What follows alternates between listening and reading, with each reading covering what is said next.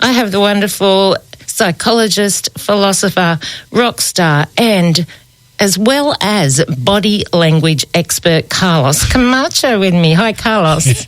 Why not? That's another string to your bow. Thank you. You've got so many. Run out of space on my business card. You have to get a really, really big one then. You've got so many things to say, haven't you? Look, once you start learning things, it's just great to share. Yeah, I remember when I started studying many, many years ago, early 90s psychology and stuff, and you learn all these new things, and it's great to be able to share them with others, and others do the same, and that's how we mostly learn from each other than from books. And you get with your buddies, your fellow psychologists, and have chats and philosophize. Yeah, I got a couple what's the word? I got a couple of colleagues that we're like-minded, and we have a bit of a chat, but we end up discussing anything but psychology. Yeah, it would be fun. Yeah, it's a lot of fun when you find someone that you can exchange ideas with and not feel like you're being judged or analysed. Yes, that's right. And we spoke about body language last week. It's fascinating, isn't it? The unspoken communication. Yeah, it's so powerful. Yeah, and I heard a call from a wonderful listener, Rod at Edelong, saying he gets so much from your chats. He just really, really does. And he said he wishes that he was, he doesn't wish probably that he was still in the workplace, but the tip you gave on job interviews, he said that would have really helped him when he was in the workplace. Now he's retired. Yeah. It's a great tip. Can you just quickly give us a little rundown on that quickly before we chat well, firstly, further? I'm glad to hear that someone's getting something out of this, because it's always good to get that feedback. And look, with regards to the body language, it's just how you show your confidence. And in job interviews, it's all about selling your personality, isn't it? Because you've already passed a test. You're in the interview, so you're qualified. Now people are just trying to work out whether they want to work with you. So obviously being punctual, the first thing, then being polite, and you state your name to everyone individually. And the other thing was the watch. Yeah. You wear a wristwatch, whether you wear one usually or not. And before you start, you ask how much time you have and how many questions. So then you divide it quickly in your head and you tell the panel, well, I'm going to give you a certain amount of time for each question. You take your wristwatch off and you put it in front of you and in front of them as well, so they know you've got great time management skills. That's so good. And we were chatting off air about that after our chat last week, and you said it actually builds your confidence when you're doing something like that as well. 100%. I think, if you sit there after you introduced yourself, you take control of the interview, and you just that mere action, the body language of taking that wristwatch off and placing it in front of you, that's powerful. It is, isn't it? Because now I'm in control of the time, guys. I'm not going to waste your time. Yeah. I'm going to be efficient with my answers, and I'm going to make sure you get the best of me this time. That's what you're saying. Yeah, that's so good. And I know they even use body language in the HR departments in corporate businesses. They use that to judge whether someone's being aggressive, I've heard lately. Yeah, that's right. That's right. And we all can judge when that happens naturally, can't we?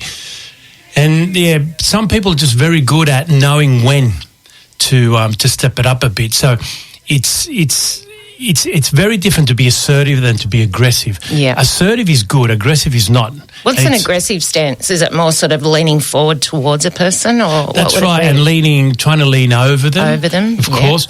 And also, of course, raising and deepening your voice is a big one. Yeah. And whilst that usually gives a certain amount of power to the person momentarily, it's usually the sign of a weak person when they have to impose themselves physically over somebody else, regardless of whether it's a male or a female. Yes. And so there are far better, more powerful things that one can do. Silence can be very powerful as well.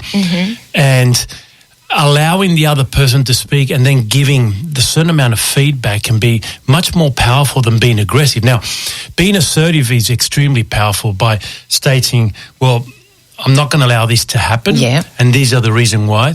And if you say that in a calm manner, that you show a lot more confidence, and ironically, you hold a lot more power in that situation than if we lose control. More Aggressiveness, more respect. And people don't really listen to someone that's aggressive because they're just worried about their safety. True. So they will listen to someone that lowers their tone and is assertive and is giving direct orders, or sometimes even guidance, whatever that may be, depending on the situation. Sometimes we have to give orders. If we're starting CPR on someone and we're taking control, we have to tell others what to do. Sure. Call the police. We can't say pretty please, we shoot on the top. And so that's fine. There's situations where orders are good, clear, concise, but always calm. Yeah, good on you, Carlos. And another fascinating thing about body language is mirroring. I notice, like, sometimes because we use our hands when we talk, don't we, as an expression. Sometimes I feel like, oh, I'm mirroring you with my hands. Yeah. When we're chatting, or vice versa. I mean, I think it's me. Look, we do it consciously sometimes even, but obviously that's an unconscious behaviour. Yeah. And that's why it's important to have good role models in our lives. Yeah. Because whilst those little gestures aren't going to be significant, there are other things that we can mirror of other people that are going to be extremely significant. And how we communicate, how we treat others, how we wake up in the morning and decide how we're going to live our lives, that's very important. That's a form of mirroring as well. But it all starts with that interaction one-on-one. And sometimes, I do that on purpose sometimes, even either with a patient or with somebody else. To make them feel comfortable, is that why? Yeah, that's right. Yeah. Because unconsciously they're aware, not consciously, of course, but there's an unconscious awareness that they're safe in that place because they're with someone like-minded just by the body language. True. And I think couples in relationships, they mirror each other, don't they? Oh, yeah. Yeah, a lot. Yeah, they say even dogs do. Yeah, okay. They pick up behaviours, but definitely with people you spend a lot of time with, you pick up like gestures. Bodies, like their bodies facing each other and like the same sort of way and stuff like that. And it's interesting to see it from outside, isn't it? Yeah. Because you can read when two people are talking or discussing or not talking, Yeah. Sometimes you're at a restaurant and you see a couple and they're facing each other eating and you know something's wrong. Or you can also tell when they're having a good time and they understand each other. Yeah.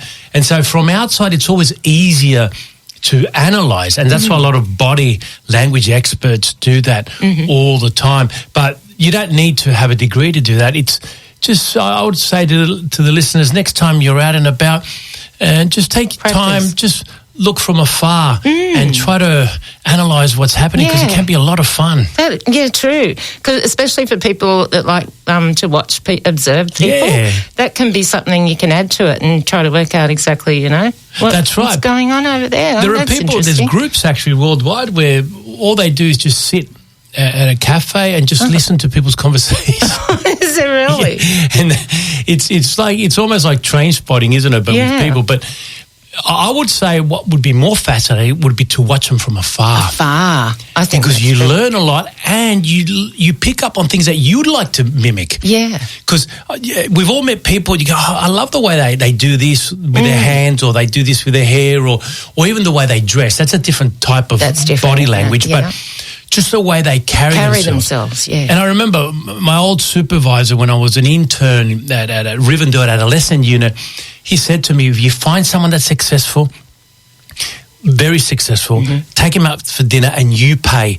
But make sure you learn, just watch how they eat, watch how they get up to go to the bathroom, watch how they talk to the waiter and mimic it. Very interesting. Thanks so much, Carlos Camacho, psychologist, philosopher, rock star and body language expert. I am now. Why not? I know you are now. Thanks for coming in today. It's been great fun. And you chose a really great song by Billy Idol. Yeah, Billy Idol, not Billie Eilish, kids. This is Billy Idol, the original. Any kids listening? And this song I loved. I thought he reached his peak in his songwriting with his song. He did. Eyes Without a Face.